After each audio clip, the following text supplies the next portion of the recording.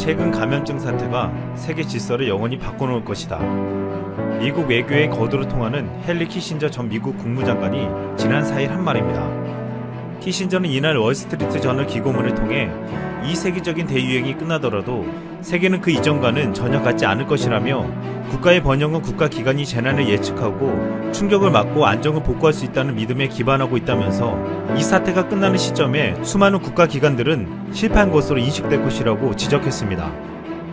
현재 미국은 이번 사태에 대한 초기 대응에 실패하면서 초강대국으로서의 권위를 잃어버리고 국가로서의 통제 기능마저 상실했다는 비판을 받고 있습니다. 미국은 지금 급격한 확산세에 마스크, 인공호흡기, 진단키트 등 모든 의료물자가 절대적으로 부족해지고 있습니다. 미국 일리노이주의 한 간호사는 눈물을 흘리며 직장을 간둘 수밖에 없었다고 했습니다. 자신이 일하는 감염 환자를 돌보는 병동의 간호사들이 마스크가 없어서 못 쓰고 일하고 있다는 것입니다. 자신과 사랑하는 가족들을 지키기 위해 더 이상 그곳에서 일할 수 없었다며 지금 미국의 심각한 의료 실태를 고발했습니다. 지난달 30일 UCL의 로널드 레이건 메디컬 센터의 간호사들은 촛불 집회를 하며 의료 장비 부족을 해결해달라고 했습니다. 사태가 이 정도가 되자 미국의 다급한 움직임은 독일에게서 현대판 해적질을 했다는 비판을 받았습니다. 미국의 3M이 태국 공장에서 만든 마스크가 당초에는 독일로 가게 돼 있었지만 마스크가 부족한 미국이 중간에서 이를 가로챘다는 것입니다. 독일 내무장관인 안드리아스 가이젤은 현대판 해적행위라고 미국을 맹비난하며 동맹에 대한 배신행위라고 덧붙였습니다. 또한 이 프랑스에서도 중국에서 수입하기로 한 마스크 수백만 장을 미국 업자에게 빼앗겼다고 주장했습니다. 원래 프랑스로 오기로 한 물량을 미국 업자들이 3배의 돈을 내고서 가로챘다는 것입니다. 캐나다도 미국에게 전량 수입하던 의료용 마스크를 미국이 수출 금지시키자 반발하며 보복까지 예고했습니다. 러시아 국제방송인 RT는 이것이 미국의 아메리칸 퍼스트인가라며 비판적으로 조롱했습니다. 반대로 이탈리아와 스페인에서는 이들 국가가 미리 주문한 물량을 프랑스가 더 높은 금액을 주고 가로챘다며 프랑스의 신사적 행동을 촉구하는 목소리가 나오기도 했습니다. 또한 각국의 상황이 시급하다 보니 프랑스, 독일, 러시아 등은 의료장비 및 의약품 수출을 금지시켰습니다. 또한 터키는 벨기에, 이탈리아와 마스크 수출 계약을 체결했지만 정부의 수출 금지령이 내려지면서 물건을 전달하지 못했다고 했습니다. 말 그대로 지금 전 세계는 마스크 가로채기 쟁탈전이 펼쳐지고 있습니다. 여기에는 우방도 신의도 없으며 더욱 충격적인 것은 그동안 선진국이라 불렸던 나라들에게서 벌어지고 있다는 것입니다. 5일 현재 미국에서 확진자 수가 30만 명이 넘었고 유럽에서는 60만 명이 넘었습니다. 확산 초기에는 마스크도 필요가 없으며 크게 검사할 생각도 가지지 않았던 이들 나라는 지금 난리가 난 것입니다. 그리고 미국과 유럽에서는 봉쇄령을 내리고 시민들이 집 밖으로 나오지 못하게 만들었습니다. 한때 한국의 마스크 대란을 비웃으며 확진자 동선 추적과 공개가 과도한 사생활 침해라고 비판했던 나라들이 이제는 한국의 조치가 옳았다며 배워야 할 모델로 여기고 있습니다. 뉴욕타임즈는 지난 1일 미국의 마스크 부족 문제를 한국이 해결한 방법을 극찬하며 이를 따라야 한다고 했습니다. 그리고 미국을 포함한 전 세계는 지금 한국의 강력한 방역 대책의 핵심이었던 진단키트를 앞다투어 달라고 하고 있습니다. 특히 미국은 트럼프 대통령이 직접 한국에 진단키트를 요청한 이후 또다시 가장 빨리 가장 많은 양을 수입하기를 희망하고 있다고 요청했습니다. 지난 1일 산업통상자원부에 따르면 3월 진단키트 수출액은 4,865만 달러로 지난해 동월 대비 117.1%가 증가했다고 했습니다. 지난 3일 독일 일간지 슈투트가르트 차이퉁은 한국의 방역물품 관련 의료 해외 진출로 인한 수출액이 수십억 유로에 이를 것으로 추정했습니다.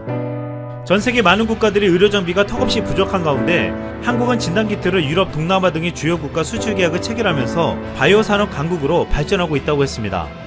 이제 해외 언론들은 미국과 유럽 국가들과 한국을 비교하는 기사들을 게재하고 있습니다. 뉴욕타임즈는 각국의 상황을 시간의 흐름에 맞게 비교해볼 수 있는 반응형 그래프를 3일 선보였습니다. 미국과 외국의 대처 상황을 한눈에 볼 수 있게 만든 그래프였지만 우리나라 그래프가 눈에 도드라져 보였습니다. 가장 가파른 곡선을 나타낸 미국과 가장 대비되는 나라는 단연 한국이었습니다. 미국의 경우 3월 18일 이후 지금까지 30% 안팎의 증가율을 보였지만 우리나라의 경우는 5% 미만의 증가율을 보였습니다. BBC가 지난 31일 유튜브 동영상에서 그린 그래프는 더욱 드라마틱했습니다. BBC 역시 미국의 대응 실패를 보여주면서 주로 한국과 대비하며 또다시 신속한 검사를 칭찬했습니다. 그리고 BBC는 한국이 그래프 곡선을 완만히 가져온 사실은 보기만 해도 아름답다고 평가했습니다. 또한 사우디아라비아 국영방송 알아라비아가 한국의 대응 사례를 3위 영문 기사를 통해 소개했습니다. 전 세계가 확산을 막으려고 부분적 또는 전면 봉쇄와 통행 금지령으로 대응하는 가운데 오직 한 나라가 경제를 완전히 차단하는 이런 조치 없이 전염병을 통제하는 모델이 되고 있다고 했습니다. 이 언론은 그것은 바로 한국이다 라고 설명하며 한국 정부의 성공 이유를 빠른 대처와 적극적인 대량 검사, 위생수칙을 지키는 국민들의 시민의식 등을 꼽았습니다. 이어 스페인, 이탈리아와 같은 나라가 감염자가 급증하자 전국 봉쇄령을 내렸지만 한국은 한 번도 시민의 통행을 금지하거나 직장에 출근하지 못하도록 하지 않았다라며 그런데도 한국은 확진자 증가할 곡선을 평평하게 꺾었다라고 강조했습니다. 키신저는 이 사태로 인해 자유세계 질서가 위협받을 것이라고 했지만 한국은 위기 상황에서도 전 세계가 놓치지 말아야 할 가치에 대해 자각하게 만들어주었습니다. 새로운 질서가 재편되는 과정 속에 한국이 그 중심에 서 있다는 것은 지금 아무도 부인할 수 없을 것입니다. 자, 경제 지표들은 참 암울하죠. 지금 글로벌 경제 지표 발표 내용을 보고 있으면 이제 경기 침체를 확인해 주는 그런 숫자가 나오고 있습니다. 많은 투자자들이 관심을 가지고 있는 부분이 아무래도 이제 실업자 관련된 부분인데 지금 보시면은 이제 신규 실업 청구 건수와 실업률 추이를 보시면 과거 2주 동안에 약 1,000만 명 천만 정도? 명이죠. 네. 네, 1,000만 명이 지금 실업됐다라는 얘기가 나오고 있죠. 또 여기서 지금 보시면은 추가적으로 4주 평균적으로 놓고 보더라도 약 330만 명 정도의 실업률이 지금 나오고 있습니다. 그래서 지금 2.2조 달러의 재정 정책을 쓰기 때문에 네. 이런 부분에 있어서는 어느 정도 감당 가능한 수준이긴 하지만 그래도 어쨌든 실업률이 계속 올라가고 있는 것은 사실입니다. 지금 전체적인 실업률을 놓고 보시면은 4.4% 정도 3월 달에 기록이 됐고요. 네. 아마도 4월 달에는 뭐 훨씬 더 크게 올라갈 것 같습니다. 10% 이상으로 상승할 것이라는 우려는 충분히 있고요. 네. 지금 현재 시점에서는 4.4%지만 과거 예를 들여다보면 10% 이상 올라갔던 적이 여러 번 있었기 때문에 충분히 그럴 가능성이 있다라고 생각이 듭니다. 사회적 거리두기가 지금 계속 실시가 되고 있고 또 집합이나 모임을 자제하는 그런 부분들 네. 여러 가지 초강경 정책들이 코로나19 때문에 일어나고 있기 때문에 이 자영업자라든지 레스토랑이라든지 이런 서비스 관련된 실업률이 크게 높아질 것이다라는 우려 충분히 상정할 수밖에 없습니다. 지금 4.4% 실업률이라고 하면은 약 714만 명 정도 되죠. 네. 근데 지금 해외 여러 이 투자 은행들이 발표한 내용을 보고 있으면 실업률 최고치 한 15%까지 갈 수도 있다라는 네. 얘기하고 있는데 이 숫자를 계산해 보면 약 2,400만 명 정도 실업 가능하다라는 얘기가 나오고 있습니다. 자, 이렇게 실업 숫자를 계속 보게 되고 또 이런 부분이 좀 장기화될 수도 있다. 사회적 거리두기가 계속 이어지면 그럴 수 있다라는 걱정이 된다면 아무래도 4월달 숫자라든지 5월달 숫자들이 계속적으로 더 안 좋아질 것이다라는 우려를 말해주게 됐다고 생각이 듭니다. 네. 그렇지만 지금 보시면 아직까지 숫자가 그렇게까지 나쁜 건 아닌 부분이 지금 비제조 PMI 지표 발표가 됐었죠. 네. 이 숫자가 지난 3월달 52.5 정도 나왔습니다. 그래서 이 숫자는 예상치인 44보다는 훨씬 높은 수준이 그러네요. 나왔고요. 그렇지만 아마도 4월 숫자는 과거 닷컴버블 붕괴가 일어났던 45 이하로 하락할 가능성 또는 2008년 금융위기가 터졌었을 때 30대 후반까지도 하락할 수 있는 가능성 충분히 있다라고 보여집니다. 여기에 또 미국의 노동 참여율도 62.7%까지 큰 폭 하락하면서 아직까지 지금 영향 자체는 부정적이다고 보여질 수가 있습니다. 그렇지만 이렇기 때문에 물가 상승에는 거의 영향을 미치지 못하죠. 네. 그래서 적극적인 유동성 부여는 계속 일어날 수 있고요. 그만큼 미 연준 중앙은행들이 가장 적극적인 유동성 부여에 참여할 것이다 라는 예상은 하셔야 될 것 같습니다. 지금은 코로나 이후의 장세를 준비하는 그런 분위기가 감지되고 있기는 하지만 이렇게 지표가 악화되는 걸 우리가 눈으로 확인한 만큼 2월이나 3월만큼 패닉장이 연출되지는 않더라도 4월도 역시나 변동성 장세가 이어질 수밖에 없을 것 같은데 이 점에 대해서는 어떻게 전망하고 계신가요? 네, 자 4월달 경제 지표가 나쁠 거다. 이건 이미 다 아는 내용이죠. 그렇죠. 이미 뭐 실업률 15% 얘기 나왔었고 2,400만 이상이 실직할 거다라는 얘기 나오고 경제 성장률은 아주 큰 폭 마이너스 이런 얘기 나오고 있습니다. 그렇죠? 그렇기 때문에 이런 부분들이 시장을 지배할 확률은 충분히 있습니다. 근데 그렇다고 해서 지난 3월 달 뭐 30% 이상의 폭락장 이런 모습이 또 다시 나타날 것이다. 금융시장이 붕괴될 것이다. 뭐 이런 예상을 하는 것은 상당히 무리가 있다라고 말씀을 드리겠습니다. 그 이유는 지금 보면 현재의 미국 금융 시스템 자체가 우리가 흔히 얘기하는 체계적 붕괴 위기, 시스테매틱 리스크라고 해서 네. 그 가능성은 굉장히 낮기 때문에 그렇습니다.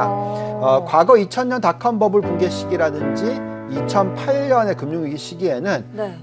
금융 시스템이 그렇게 튼튼하지 못했었어요. 그렇기 때문에 적극적인 이 돈풀기 정책을 쓰기가 어려웠습니다. 근데 지금 현재 상황에서는 그만큼 계속적으로 돈을 풀 수 있는 그런 여력이 있다라고 말씀을 드리겠고요.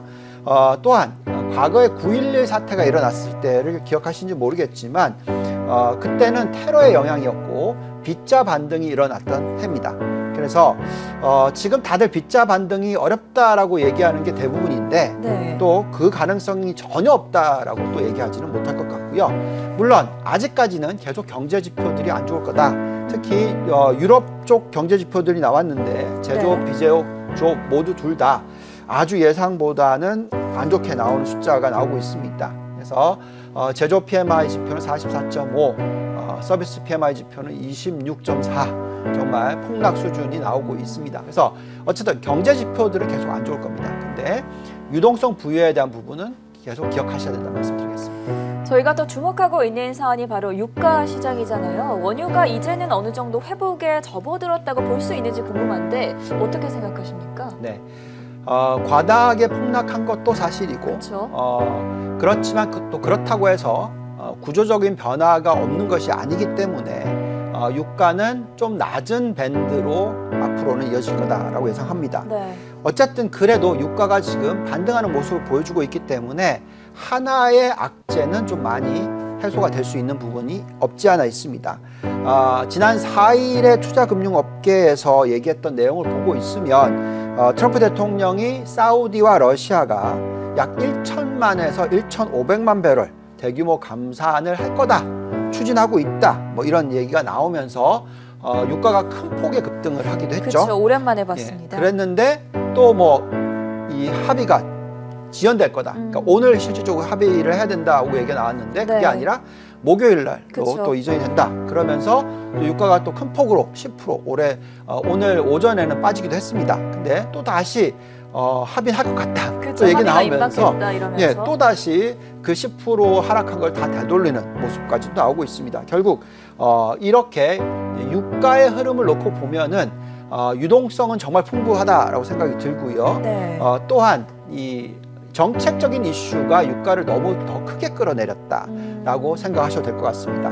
그 이외에도 지금 보시면 달러 수준이 지금 100 수준으로 다시 올라왔는데 네. 이렇게 달러가 안정적이고 강세인데도 불구하고 유가가 올라온다. 뭐 어떻게 보면 그만큼 유가는 너무 저평가돼 있었다라고 볼 수도 있겠습니다. 그 이외에 다른 지표들을 놓고 보면 미국의 10년 국채 금리를 놓고 말씀을 드리는데 이 수준도 지금 거의 역대 최저치로 내려와 있죠. 그만큼 유동성은 풍부하다라는 것이고요. 네. 또 그 이외에 지금 유가가 올라오면서 우리가 흔히 걱정하고 있는 이 하이힐드 쪽, 에너지 쪽, 네. 이 투자 부적격 채권들이 만약 기업들이 도산이 일어나면서 손실이 일어날 부분에 대한 우려가 컸었기 때문에 이 하이 일드 옵션 스프레드라는 숫자가 거의 11%까지도 폭등을 했었거든요. 네. 2016년 셰일가스 위기 때보다 더 높게 올라갔기도 했었지만 지금은 내려와서 그때 수준보다는 좀 더 낮은 한 9.17% 정도까지 내려왔습니다. 그래서 이런 지표들을 보고 있으면 지금 유동성은 풍부하고 네. 또 시장은 어느 정도 안정적인 모습을 보여주고 있기 때문에 폭락장이 또다시 나타나기는 어렵다라고 말씀을 드리겠습니다. 자, 지금 글로벌 유동성에 대해서 강조를 해주고 계신데 사실 코로나 바이러스가 정말 갑작스럽게 발생을 하면서 전 세계가 팬데믹 현상에 빠진 거라고 볼 수 있잖아요. 그런데 이제 미국을 비롯한 각국의 금융 당국들이 이렇게 대규모 부양책을 쏟아내면서 최악의 상황을 막았다. 이런 효과로 저희가 해석을 해볼 수 있는 건가요? 네, 저는 그렇게 생각하는데 네.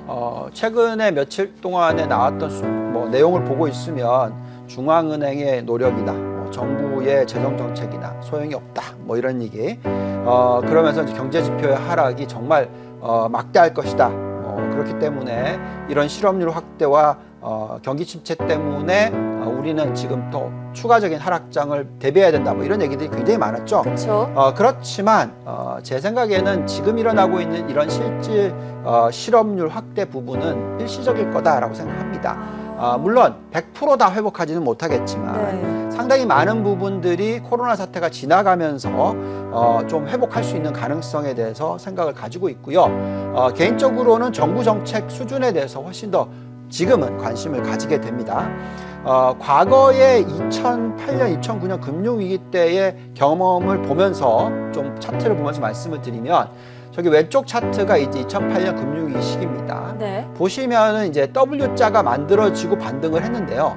W자의 두 번째 바닥이 첫 번째 바닥보다 훨씬 낮죠. 그러네요. 그렇기 때문에 이것을 기억하면서 우리는 지금 바닥을 보지 않았다. 이런 우려들을 많이 하고 계십니다. 그런데 그렇게 두 번째 바닥이 더 낮아졌던 이유 중에 가장 큰 이유가 뭐냐면 유동성이 부족했기 때문에 그렇습니다. 그래서 과거의 미 연준의 차트를 잠깐 보면서 말씀을 드리면 미 연준의 대차 대조표를 큰 폭으로 늘렸어요. 그러면서 시장이 반등을 했습니다. 2008년도에요. 그렇죠. 그랬는데 일시적으로 약 몇 개월 동안에 다시 대차 대조표의 수준이 0.4조 달러 정도 감소하는 시간이 나왔어요. 이때가 두 번째 바닥을 만들었던 겁니다. 그래서 그만큼 은행권의 자본 확충, 은행권의 펀디멘탈이 튼튼하지 않았기 때문에 유동성 공급이 아주 자연스럽지 못했다라는 거죠. 그래서 나타났던 두 번째 바닥이라는 말씀을 드리겠고요. 그렇지만 지금 오른쪽 보시면 그때 늘어났던 규모가 1.325조 달러인데 지금 보시면 늘어난 규모가 훨씬 짧은 기간에 1.65조 달러 늘어났어요. 근데 이게 몇 주 전 내용입니다. 그래서 이거 더 늘어날 겁니다. 그래서 지금 현재는 미 연준이 과거의 경험을 겪고 나더니 그냥 무한대로 쏘겠다 이런 얘기까지 하지 않습니까? 그렇기 때문에 제가 볼 때는 이런 유동성이라는 것은 굉장히 중요한 포인트이기 때문에 두 번째 바닥이 첫 번째 바닥보다는 높을 가능성이 더 크다라는 말씀입니다. 그러니까 확실히 연준이 그동안의 부양책이 바주카포 정도였다면 이제는 핵무기 단계로의 그런 재정 정책을 확실하게 풀 것이다. 이렇게 언급을 했던 만큼 만약에 기대만큼 유동성 공급이 확실하게 일어난다면 투심이 회복될 것이다. 이렇게 기대를 해봐도 좋을까요? 네.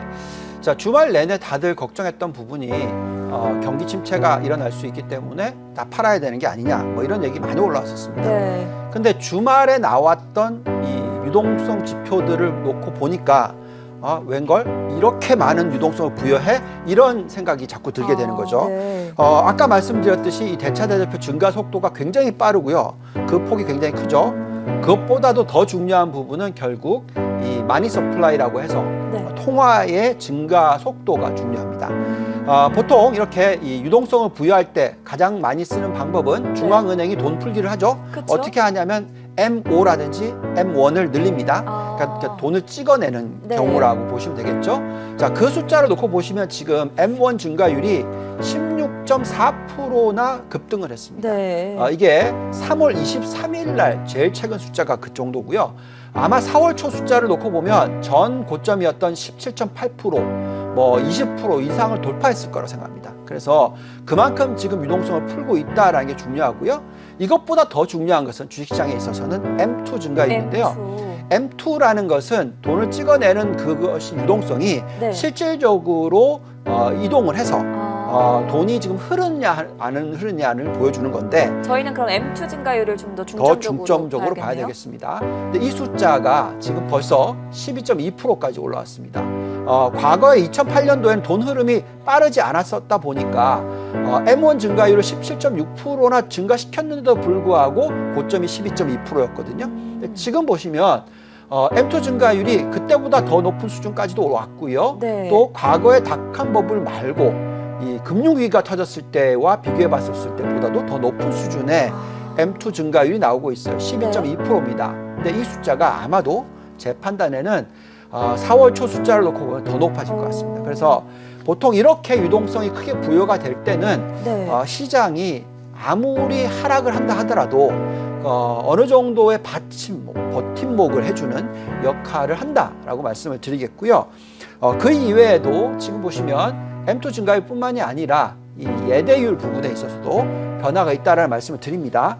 지금 미 연준이 지금 일시적으로 내년 1년 동안 향후 1년 동안에 지금 자본 요건을 완화하는 조치를 얘기하고 있습니다. 네. 보충적 레버리지 비율이라고 해서 SLR이라고 하는데 이것을 완화하게 되고요. 상당히 높은 이 예대율을 높여줄 수 있는 효과를 가져올 수가 있다라고 판단하고 있습니다. 자, 저기 차트를 보시면 과거에 이 시장이 50% 이상의 폭락장이 일어났던 닷컴 버블과 또 2008년 금융위기 때를 보시면 예대율이 100% 수준이었어요. 그렇기 때문에 그만큼 돈을 풀어도 이게 실질적으로 자금 흐름이 잘 안 흘러갔었습니다. 그렇지만 지금 보시면 현재 시점이 75.5% 정도밖에 안 됩니다. 그래서 여기에 지준율이라든지 여러 가지 부분을 규제를 완화시켜주면 은행권의 자금이 충분히 기업 쪽으로 흘러갈 수 있는 가능성이 높아집니다. 그래서 이 정도의 유동성 부여다, 이 정도의 적절한 자금 흐름이다라고 생각한다면 저점이 더 낮아질 거라고 예상하는 것은 아니지 않나라는 기대를 가져봅니다.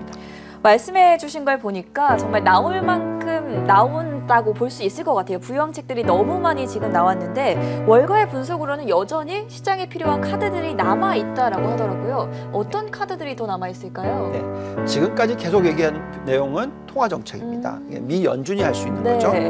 그 이외에도 지금 재정정책이 중요하다라고 계속 얘기하는 이유가 뭐냐면 재정이라는 것은 쓰면 그게 바로 소비랑 연결이 되죠.